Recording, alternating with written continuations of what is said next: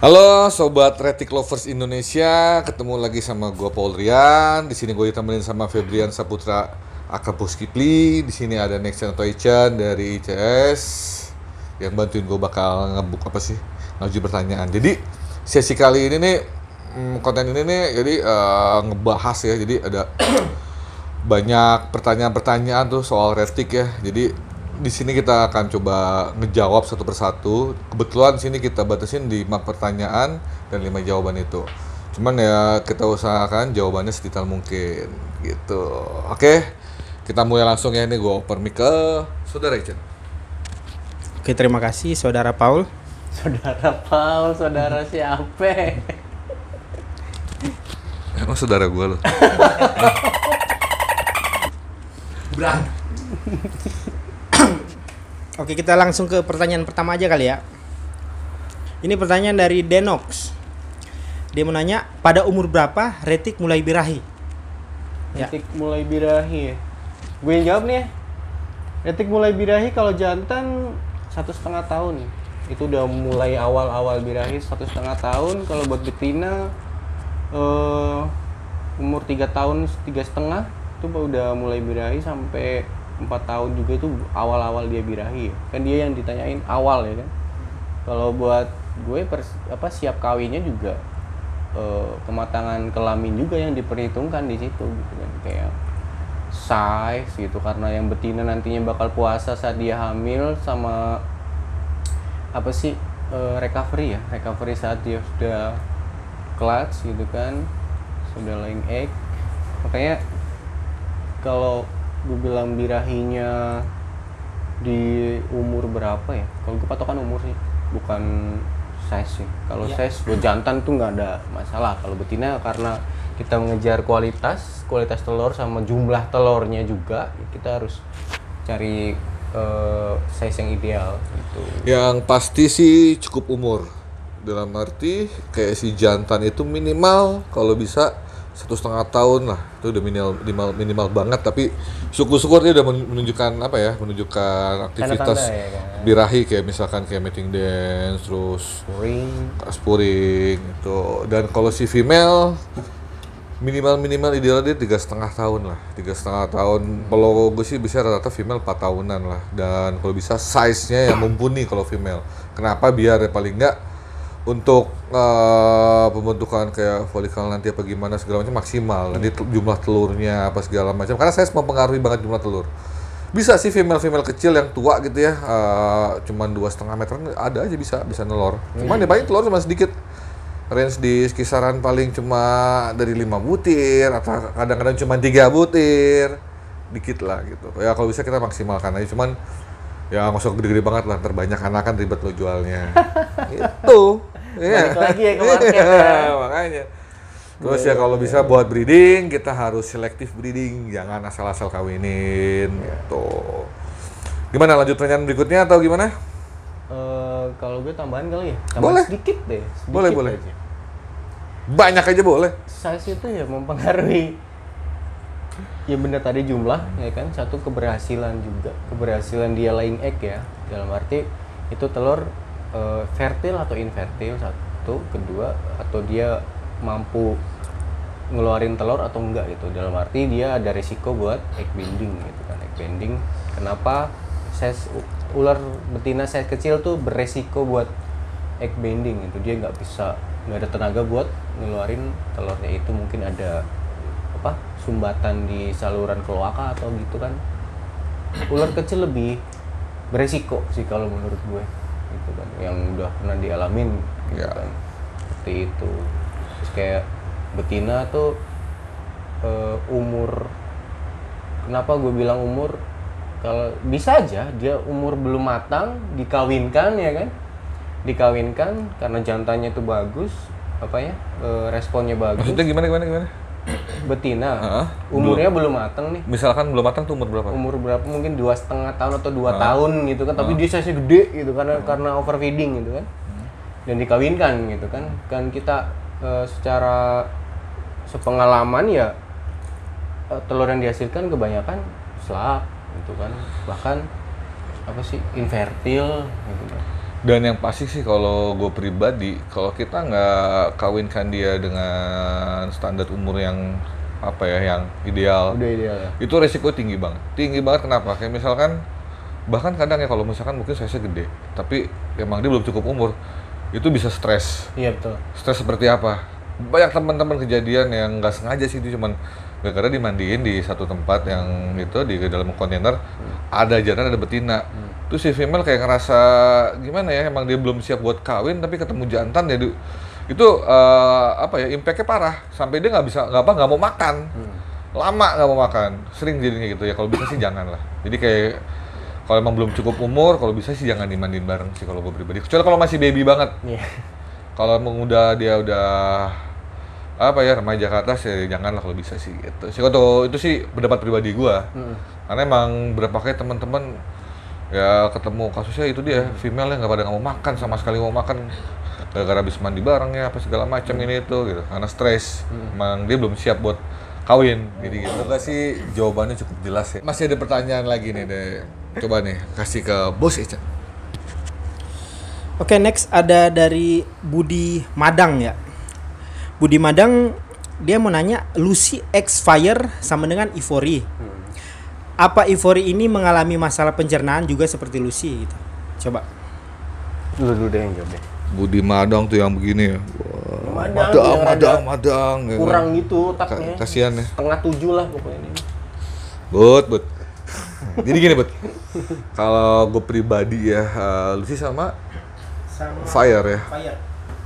Jadi itu dua-duanya emang bawa gen putih ya. Cuman kalau si Fire itu dia performanya si Ivory kan, gen kotor lah ibaratnya. Pasti emang bakalan keluar Ivory.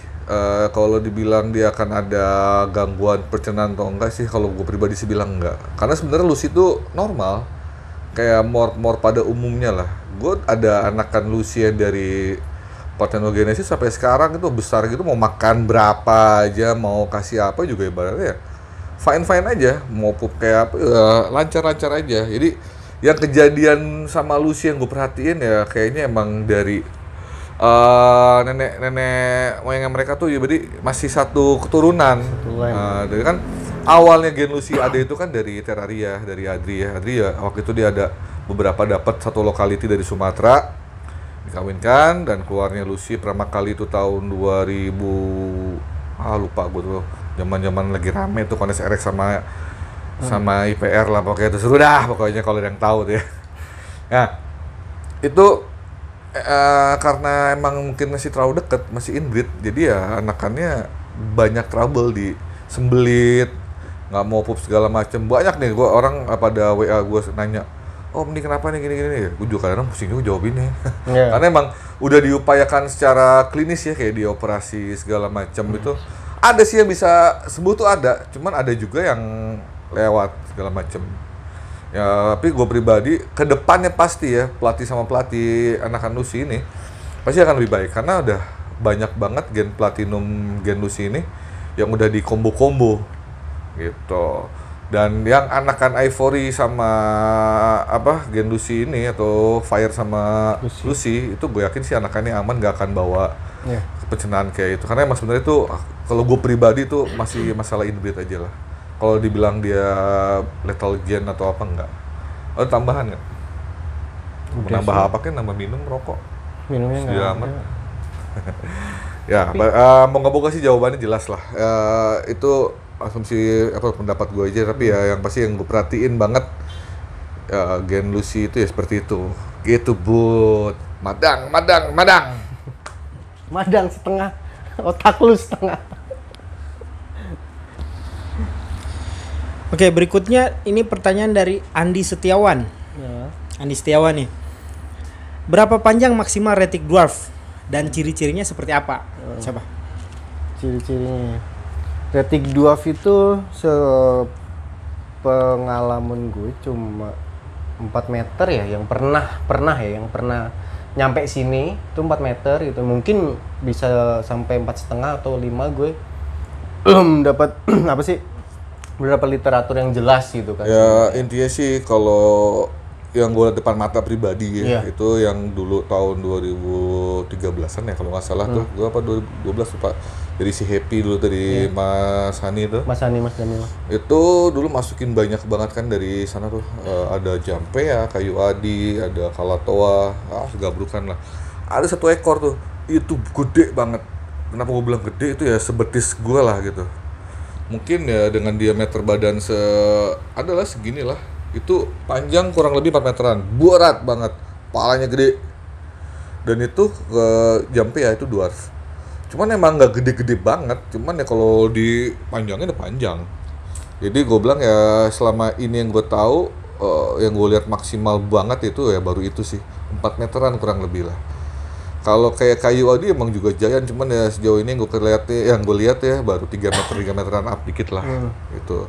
Cuman kalau di Kayu Adi kan dia warnanya lebih agak kuning. Iya betul. Agak kuning coklatan. Nah, kalau si dwarf si Jampea dia lebih dominan ada silver sama kuning-kuning gitulah. Gitu. Terus kalau kayak Kalatoa yang super dwarf itu lebih dominan yang silvernya lebih bright. Yeah.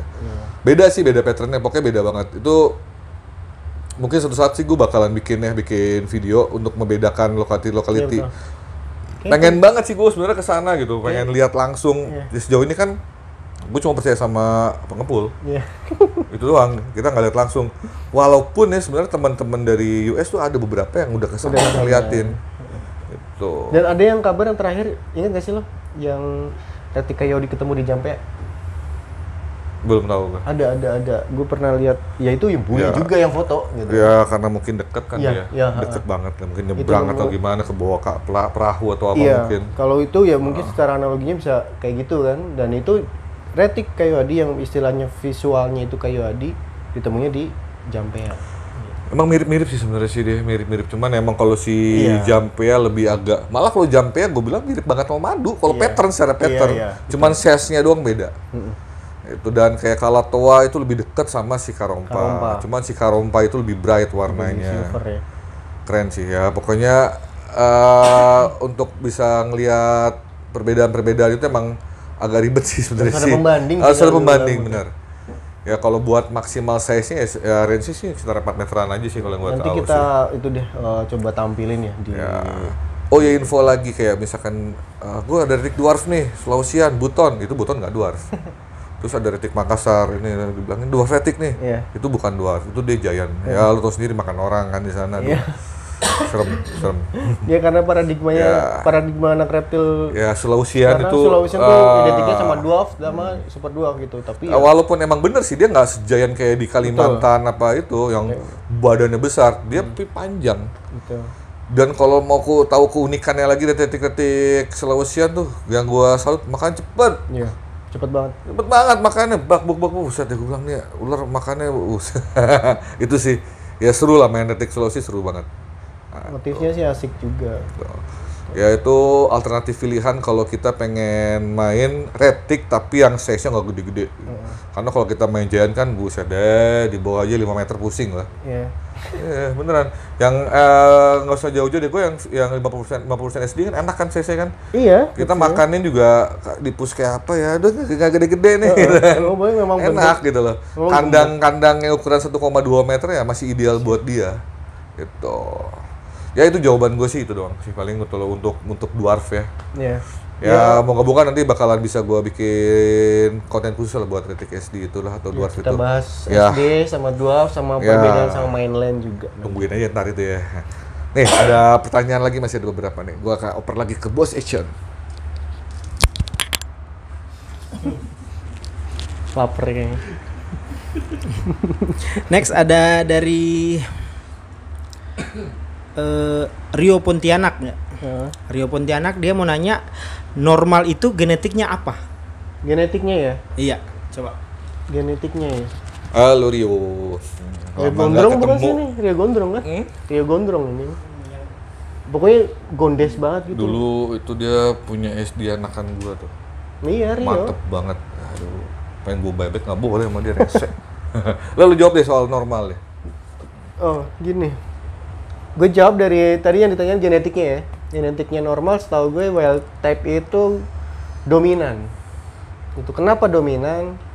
Dominan itu cikal bakal dari kodom, cikal bakal dari nantinya pembawa gen resesif juga gitu. Dan dibilang dia genetiknya dominan karena contoh wild type normal kawin sama wild type normal gitu ya, hasilnya semuanya normal semua. dan nggak ada bawa genetik apapun tuh nggak ada gitu. Nah sekarang kita nggak bisa ngomong juga dong normal kawin sama normal terus lu bisa kasih label dia het albino tuh kayaknya gitu gitu loh ya. Contoh kayak kemarin yang terakhir ya yang kita sempet rame yang het OGS gitu sih ya kan yaitu wildcard tapi dia bisa ngasih label het OGS karena dia nemunya di daerah ditemukannya OGS. Kalau gue pribadi ya gue silang gitu. Kenapa?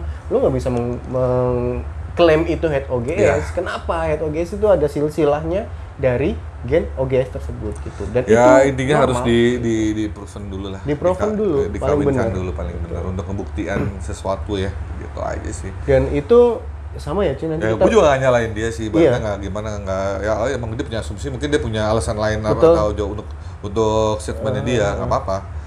Ya yang kita tunggu paling cuma pembuktian aja gitu. Moga-moga itu beneran gitu. Gitu dan doang. mungkin nanti kita next juga bikin konten soal itu kali ya, perbedaan dominan, kodom. Nah, nanti bakalan ada banyak sih emang itu yang mesti dibahas ya detail-detail segala macem. Gini karena ya sering banget masuk ke gue gitu ya, simpang siur sih sebenarnya ya kan, orang-orang masih belum yakin sama satu mob yang dibilang genetiknya dominan. Itu golden child, GC ya orang-orang. Golden child tuh orang-orang mau nganggap itu dia dominan gitu kan. Kalau gue pribadi emang judulnya sih dia dominan, tapi dominan apa dulu? Iya. Bukan secara genetik yang dia akan menurunkan semua anakannya seperti dia mengcopy dia Betul. enggak. Tapi ya dari 50% anakan dia itu secara motif itu dominan ke bawah si GC. Sampai ibaratnya kayak dia kawinin sama Tiger, sama Sunfire, sama apa lagi ya? Fire terus apapun deh. Yang motifnya agak ekstrim kayak OGS atau Phantom kalah semua. Iya. Kalah semua sama GC. Dan itu setahu gue ya Ci, kayak literaturnya tuh pernah gue baca juga seperti itu gitu kan. Adalah satu blog ya kan nulis di situ golden child yang termasuk dalam genetik dominan gitu kan, normal, terus bawahnya golden child lah. Kok golden child gitu kan? Secara kita pembuktian golden child kawin sama normal aja keluarnya 50% ya kan, betul. berarti dia bukan dominan dong di situ. Dan itu maksudnya kodominan gitu. Ya makanya di genetic chart tadi ngaco kan. Betul. Tuh, coba ada semua ada GC semua. Nah, itu. Ya, itulah. Jadinya ya itu sistem sih soalnya. Jadi kayak kalau gue bilang mungkin ada satu literatur yang salah ya. Gue sih nggak nyalahin ya karena mungkin dia udah berani nulis seperti itu, udah ada pertanggungjawabannya gitu kan. Literatur yang salah yang ngomong kalau GC itu dominan ya. Kalau gue bilang bukan secara genetik gitu, secara pattern iya gitu. Tapi bukan secara genetik. Ya gitu. pokoknya intinya normal itu gennya apa, dia itu dominan. Dan setahu gue yang gennya dominan ya normal doang. Ya. Itu loh. Gak ada yang lain, udah wild type doang, udah normal tuh. Ya pokoknya sih jawabannya itu. Gitu. Oke, sobat Ramos Snake, lanjut kita ke video yang berikutnya di All About Reddit. See ya.